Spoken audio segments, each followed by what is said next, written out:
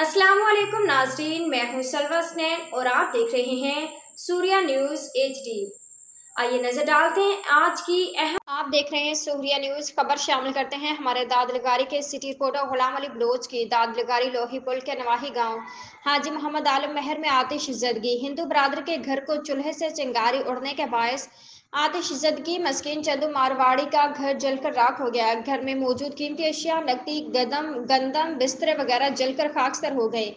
तफसील के मुताबिक दादलगारी लोही के नवाही गांव हाजी मोहम्मद आलम महर में हिंदू बरादरी के मस्कीन चंदू मारवाड़ी आग एक लम्हे में सारे घर को जलाकर राख बना दिया। घर में कीमती अशिया, नकदी, गंदम, मोटरसाइकिल और बच्चों का जहेज जलकर राख हो गया।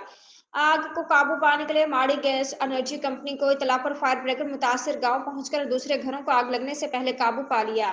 दूसरे करीबी घरों को नुकसान से बचा लिया। दूसरी जानब मस्कीन चंद मारवाड़ी खुले आसमान तले बेजार मददगार मदद के लिए DC कोर्ट की मुतलका सियासी, समाजी और मुखैर हजरात से मदद की अपील की है।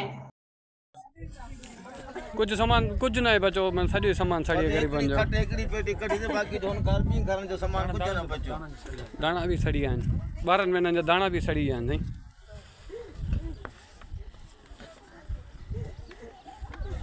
हाँ